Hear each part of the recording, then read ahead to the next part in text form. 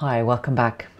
It's episode 5 of Conserving the Sherborne Cartonnage. Yes, we are still going. I don't really have a role in this episode. It's just, we've set the convention, now we have to keep it going. But anyway, so here I am. I'm just going to hand you straight over to the thing that I know you've all been waiting for, which is Repairs with Barbara. My name's Barbara Wills, and I've been working with Verena on the conservation of the Sherborne Cartonnage. And this is Repairs with Barbara.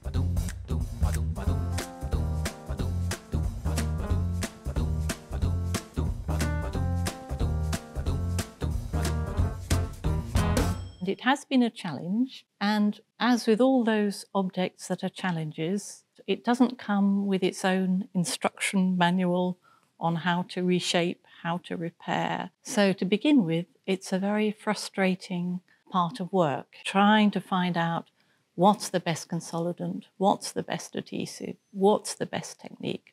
But the joy is that Verena's very creative in the way she approaches conservation, and she's made the most wonderful devices that help clamp or support or stretch.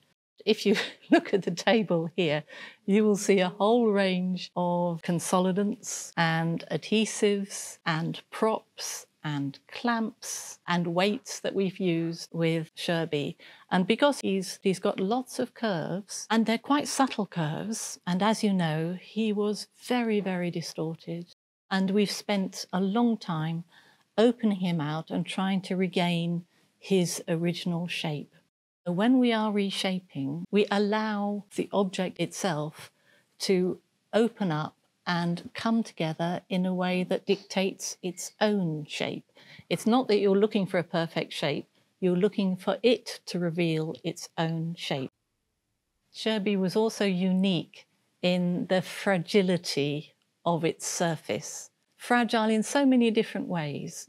Firstly, the blue pigment, the ancient Egyptian blue frit, it's what we would call friable, and it will flake off, and it needs a lot of strength, especially as we're trying to reshape him. Sorry, I keep on calling him him.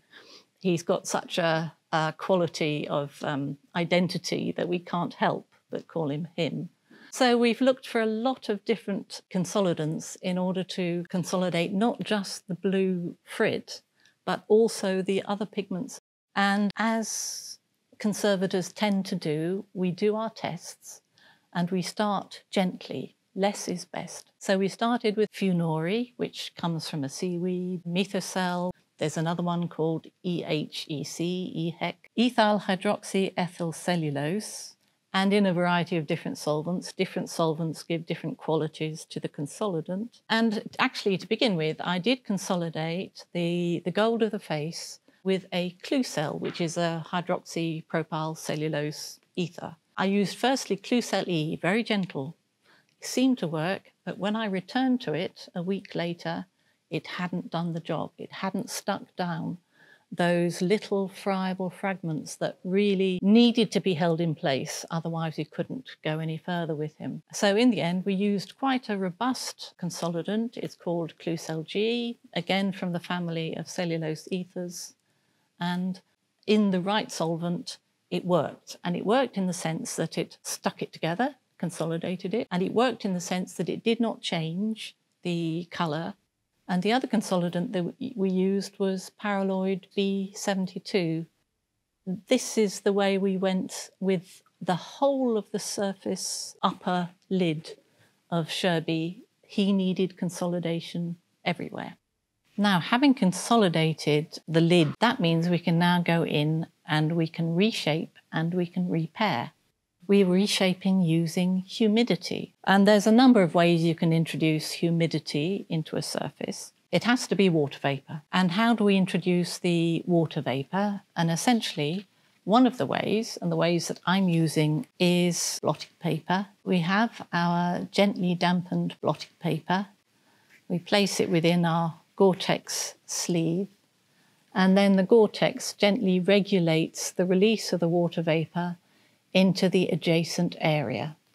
And then this whole area, you'll have one at the front, one at the back, and the whole area will be covered with polythene and that'll create your microclimate with a high relative humidity. And that's what we want.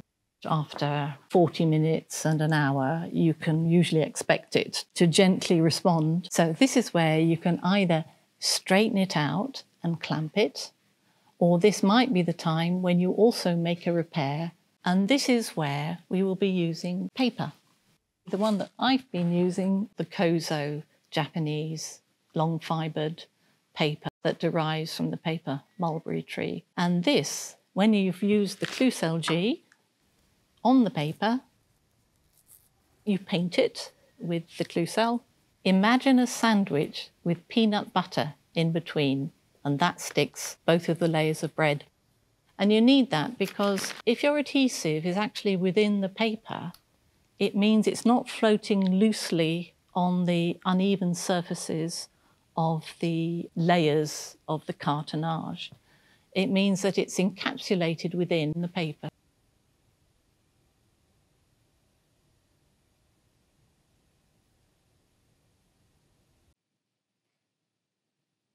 So most of the paper remains in place. And now I'll apply the clamp. And that will apply gentle pressure until it sets. And talking about clamps, we've got a lot of clamps. There are so many different ways of clamping because here we are trying to regain Sherby's original configuration. And in the perfect world, you would use your hands. But the thing is, you cannot stay with your hands in exactly the right place for the next 48 hours.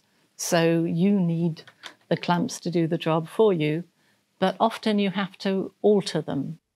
You see, this only offers you just one particular way of clamping together, and we need a very three-dimensional way of clamping together. So this is where we use bespoke methods. We have to create our own clamps. We have to push something into shape. We have to pull something out of shape. We have to pull upwards. We have to press downwards. And there are so many different ways of doing it. I mean, a lot of it it's quite difficult to vocalize because it's unconscious. You know, it's just what you do. You know, you just have an instinctive sense of, well, this is obviously what one would do because you haven't even thought it through. You just thought, that has to go like that, so that can go like that. And once it's like that, then you hold it like that. But you can't hold it straight. You have to hold it on a curve. How do you create a curve? How do you pad it? It's almost instinctive once you've done it a few times. After months of work on lid and base, both parts are now finally stable enough so that we can turn them over. This is quite a big deal for me personally anyway. First of all, turning over an object of that size and fragility is a risky process. It will become clear very quickly whether our repairs were sufficiently strong and the method we've chosen to flip both parts are safe for the object. Secondly, thinking of the base, we will be able to see whether I managed to join the three sections neatly and whether I've got the alignment right. Also, for the first time, we will have a chance to see the interior of the lid properly. The cartonnage is fairly flexible, so we need rigid supports for both lid and base in order to flip them safely. For the base, we've created a support which we will also be using for display of the object in the gallery. And at this stage, we need to develop a fairly clear idea what the final display mount should look like. We decided to go for what we call a buckram mount. For this, we are using fabric strips soaked in wheat starch, which we will then paste in several layers over a former made of foam. And once dry, we will actually have a fairly rigid structure, which is not too dissimilar from the original object. For the lid, we are using a temporary support structure. It has taken us quite a while to arrive at this design. Initially, I was very much thinking along the lines of, yes, we will reshape the lid until we found what we think is the original shape, and then encase it in a rigid shell to stabilize sufficiently to flip it over. In the last week or so, I came more or less to the conclusion that actually for the final steps of the reshaping treatment, it would be really helpful if we were to have continued access to both the interior and exterior surface. We considered quite a lot of different techniques and options, how we could build the structure. We were thinking of 3D printed supports based on a 3D scan of the object. And then we thought, oh, we could do something interesting with adhesive coated mesh or maybe wire or combine all of these. But in the end, we went for something quite straightforward, a wooden frame with cardboard arches. At the moment, it all feels very nice and secure when I lift it off. But yeah, in a few minutes, we are going to turn it over. So fingers crossed that it will all work as planned. I'm a bit nervous, but also very excited.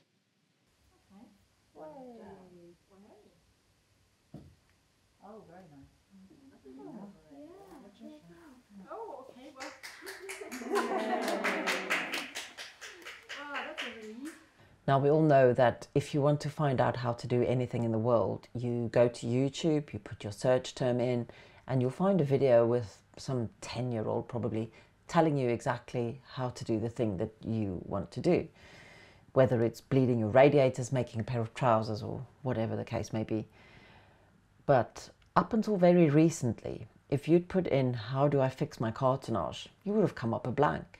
But now you've got 5 episodes going into great detail on how to fix your cartonnage. Thank me later.